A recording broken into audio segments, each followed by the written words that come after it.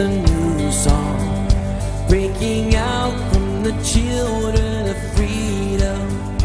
Every race and every nation, sing it out, sing a new hallelujah, yeah. Welcome to weekdaychurch.com. Thanks so much for joining us. I'm glad to have you here with us. Today we're going to be talking about the second of three major branches of worldviews. And if you haven't joined us in the past, I really encourage you to go back and watch the first 3 days of this week, especially the first two, so you get an idea of what a worldview is and how you sort of figure out what yours is a little bit, that we'll be talking about on the first day and the second day. And then yesterday we mentioned our first one, which is this sort of materialistic, naturalistic worldview that the world is only what we see. And there's no more depth to it than that. There's no spiritual world. Today we're going to be coming at it from completely the other side, that everything we see is spiritual. You know, that the whole world is spiritual, that there is a great spirit out there, that we are all part of it, that one day we will all be joined back up into that spirit, that cows are sacred, that, you know, trees are sacred, that the ocean is sacred, that, you know, everything's got a touch of the spirit, whatever that spirit is, in it. And that we are all important, and that the whole world is spiritual. And that this matter that we see all around us is sort of an illusion, and that's not what's important, and that it's a bit of a lie, but that the world is really the spiritual things that undergird everything.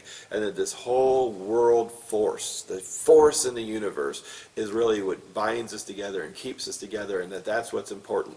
You see this in religions too, especially, you know, things like Buddhism has a bit of that in it. Hinduism is definitely a lot of that in it. This idea that, you know, there's not a God, but that God is all around us. And you know, that anybody that sort of taps into that and realizes that the God that is within you, that you are God too. And that the person you're talking to is God. And that the animal that you ate for dinner, you ought to thank it for sharing it with you. In fact, you shouldn't have eaten one at all, but I guess you got to eat something. So thank you for this circle of life kind of an idea. And don't think this isn't big. This spiritual idea that the whole universe is spiritual is big. There are over 1 billion people on the planet that think like this. This is not a small way of thinking. This is the second big worldview out there. And I want you to see, as we go to our first clip, the difference between that secular worldview and this spiritualist worldview. Now we'll talk about the third worldview tomorrow, but today we're going to see that there's the secularist one that we talked about yesterday, and the spiritualist one that we're going to talk about today, and we're going to see it in maybe one of my favorite movies, definitely one of my favorite movies of all time, of Star Wars, and you're going to see the commanders of the Death Star coming from that secularist, mighty, big, powerful, big bombs and big, strong things, and then you're going to see Darth Vader coming from the spiritual point of view, and you'll see that there is a tension there, because they're virtually opposites. And that they come from very different points of view. So I hope you enjoy this clip, and we'll go back to talking about it. Governors now have direct control over their territories. Fear will keep the local systems in line. Fear of this battle station. And what of the rebellion? If the rebels have obtained a complete technical readout of this station, it is possible, however unlikely, that they might find a weakness and exploit it. The plans you referred to will soon be back in our hands. Any attack made by the rebels against this station would be a useless gesture, no matter what technical data they've obtained. This station is now the ultimate power in the universe. I suggest we use it. Don't be too proud of this technological terror you've constructed. The ability to destroy a planet is insignificant next to the power of the Force. Don't try to frighten us with your sorcerer's ways, Lord Vader. Your sad devotion to that ancient religion has not helped you conjure up the stolen data tapes, or given you clairvoyance enough to find the rebels' hidden fort. Okay, now I hope you got a touch of Star Wars fever. And while we're on the topic, I do not want to discourage you. The new movies are coming out this Christmas, and I'm super crazy excited about it. So if you haven't seen the clips and you like Star Wars, they are online right now, and you can see them. But here we see on Star Wars this idea, and it's all throughout the Star Wars universe, of the Force. It's not God. people at first really had this big confusion about it, that there was a God out there, a personal God, or many personal gods out there that were controlling things. That's not it at all. It is I mean, they even explained it as like midichlorians or something like that in one of the movies. I think Star Wars #1. That kind of an idea, that they are through everything. But the idea that the force is everywhere. It binds things and connects things, and it's the spiritual glue of the universe. Now, I want you to understand something. This is not something that's taken up by fools. This is not something that there's only a few dippy people out there that believe in this kind of stuff. There are many, many, many people throughout the world that think like this. Like I said, Hindus, Buddhists, and others too, that come from this kind of a worldview, that aren't atheists, believe there is a spiritual element to life. In fact, everything in life is spiritual. It's why that cows are considered sacred in Hinduism and stuff like that, because they see the whole universe and everything around it as spiritual. And their idea is not to connect to an outside God, but to awaken the God that is in you, and to recognize the God that is in everybody else too. Now, to put it real bluntly, if everything and everyone is a God, then nobody and nothing is a God. It's the same kind of an idea. So whereas in a way this is very opposite from the rationalistic, the naturalistic worldview, in some ways it's almost the same. Because you're not seeing anything out there beyond what you see. You could say there's a spiritual underpinning to it that you really need to connect to, but what is it? It's not outside of you, it's not outside of anything else. Again, it just seems to be a part of this universe out there. There is, the thing that is bigger though, is there is life after death. There is a soul, there is a spirit, and that things continue. But a lot of the time you end up with this idea of reincarnation and rebirth and a recontinuation of what is, because there's not anything outside of what is, a god or gods. There is really what is. And that karma, for instance, will just continue this over and over. There was a song by a Canadian group called Bare Naked Ladies, who was a big group 90s, early part of the century, that said, it's all been done before.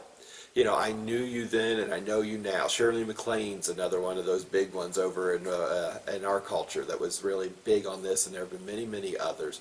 Like I said, of course, it's very big in the East, of this idea that we've been here, we've done this, we're doing it again, and we'll do it yet again. The cycle of life kind of an idea. And that if your karma was bad, you'll come back as something worse. If it was good, you'll come back as something better. If people are downtrodden, well, they must have done something wrong, if not in this life, in the last one. So it's fine and deserving that they go through it. It's a very depressing kind of worldview, because if you're going through something difficult, you should just have to go through it because you've earned it. If not in this life, must have been in a past life, and you're just paying the price today. In fact, people can be terrible to you if they want to, because you deserve it from what you did in the last life, apparently, or you wouldn't be so low right now. There is this kind of a difficulty to this. Again, when you put on these glasses and you see the whole world this way, it doesn't answer your question satisfactorily. It doesn't really say, well, what did I do in the last life? Who was I? I don't remember it. I have no connections to it. I don't remember these things. This doesn't answer my questions. How do I know I was bad or good in the last life? Why are so many people that are high up, supposedly, and are being rewarded for being so great in the last life, why are so many of the highest people in the world so bad?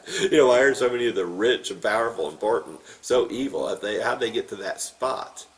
How did they get so important and have such a great life? If they were so good in the last life, why are they so terribly wicked and evil and mean in this life? Why are some of the poorest and worst people we know, so nice? They've got a terrible situation in life, but they're really great people. They learned that much that quickly? Wow, that was great. This kind of a struggle, it doesn't really seem to fit. So again, I want you to catch, though, that everyone has a worldview. You saw it in Star Wars.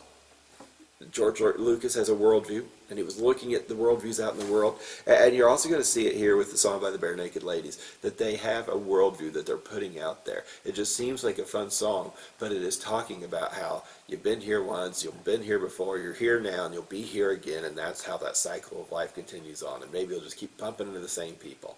So I hope you enjoy this closing song, and we'll continue this tomorrow with the third of the big worldviews, and I hope you join us.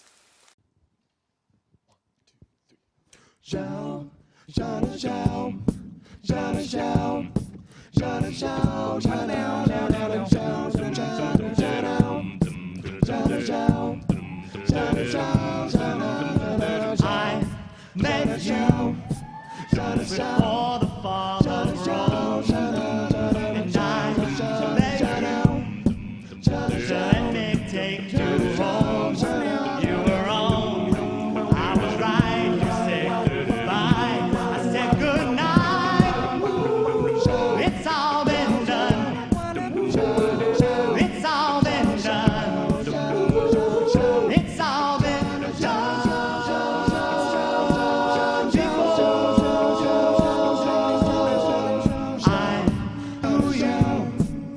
Before the West was won, and I heard you say that was much more fun.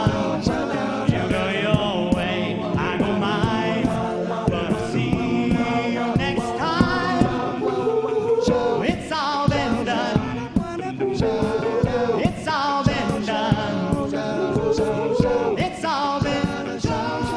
been done. It's all been